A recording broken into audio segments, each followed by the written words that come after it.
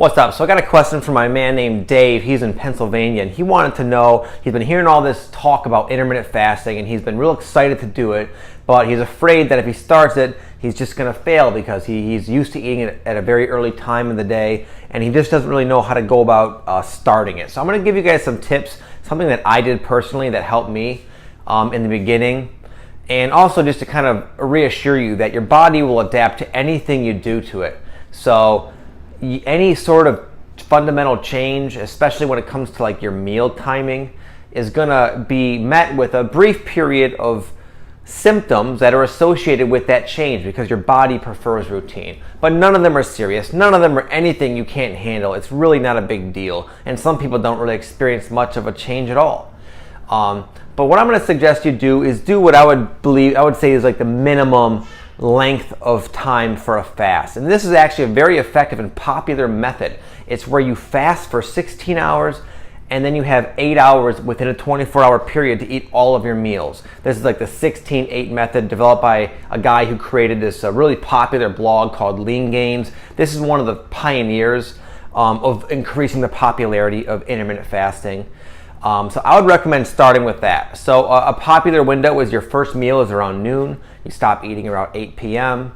You can vary it here and there throughout the week. It doesn't have to always be anally at 12 and stopping right at 8. Just within reason, be approximately to where you're eating all your meals within an 8-hour window within a 24-hour period. And this will get you all those benefits of intermittent fasting. It'll also help you it's a softer version. You know, a lot of people who've been doing it a while, like myself, I'll fast for about 20 hours a day, sometimes even more. And sometimes I'll fast all day, you know, at least 24 hours, and then I'll eat all of my food in one massive epic meal. I love doing that. I feel great.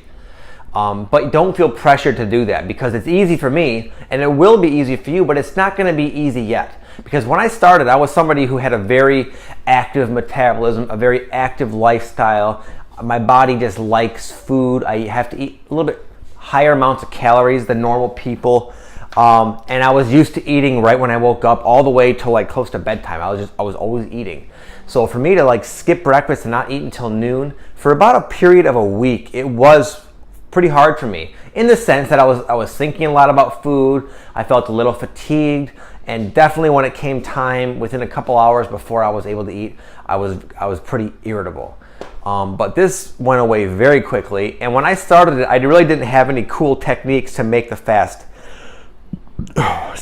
easier. So I'm going to share that with you now. I'm going to show you 3 things you can do, well, 2 things that you can do to make the fast way easier than if you were to not do these.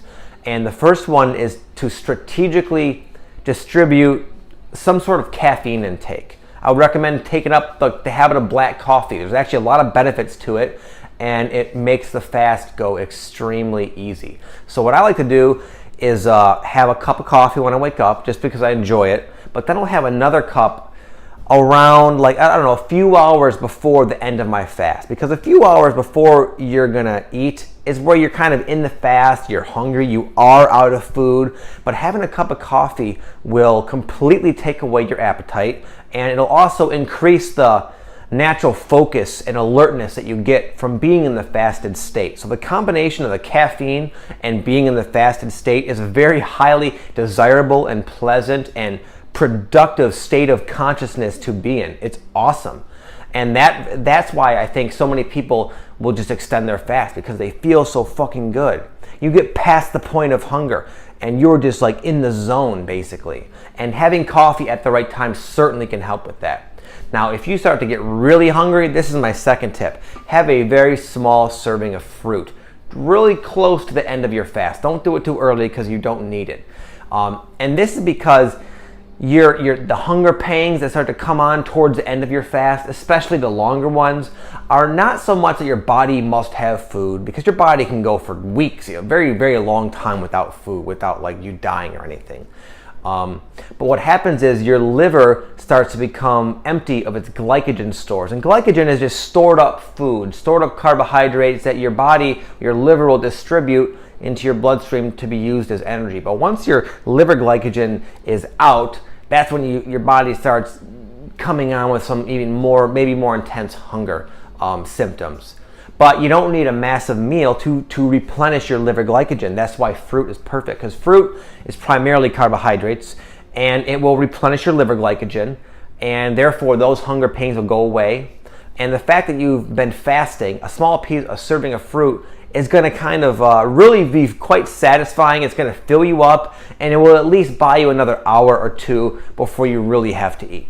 So that's what I'd recommend. Distribute your coffee among 2 doses, and then have fruit at the end, and start off with the 18 and 6 or the 16 and 8 window. And then if you decide you want to, then you can start increasing the length of your fast from there. But you don't have to get all the benefits, and that'll be your choice. But that's the easiest way to do it. Some people recommend start off with like a 12-hour fast. Well, a 12-hour fast, you're already probably doing that anyway. A 14-hour fast, come on, challenge yourself a little bit. You can handle going until noon without a fucking meal. Just get over it. Especially if you ate your last meal at 8 p.m. the night before. It's kind of late. Just jump in. That's not that difficult. You might have a few days where you're kind of like hungry and irritable, but pretty soon you're gonna be saying, man, I'm already really liking this. I've already lost weight. It seems like I get to eat all this food, because you're used to distributing your food over a long period of time, and now you get to eat it in a small window. So if you're dieting, if you're cutting, trying to get ripped, it seems like a shitload of food. In fact, the one complaint some people I've heard quite often, and this is myself in the beginning, was that I can't eat all my calories in this short window. And that's part of the another element of the adaptation process. Your body right now may not be used to eating big meals, but it will learn and it will love it, okay? Because that's kind of more natural to our human DNA. We were not for thousands of years, we didn't eat 4 to 5 evenly distributed meals throughout the day. No, we would go for days sometimes. We'd make a kill, we'd be hunting, we'd find some food, and we would fucking plow down and feast. And our bodies, once they get used to it, love it. Okay, there's a lot of benefits to it, a lot of health benefits, a lot of fat burning benefits, a lot of psychological and mental benefits, okay? So I wish you well with this. If you guys have any troubles at all, please leave a comment, and I'll be happy to help you along with this. I'm very passionate about intermittent fasting. Sometimes I talk about it as if I'm selling you something, but I'm not. I just really am passionate about it because I know how effective it is, and it really makes it possible for anybody to walk around with a ripped six-pack and then maintain it while living in the real world. Okay? So good luck, guys. Peace.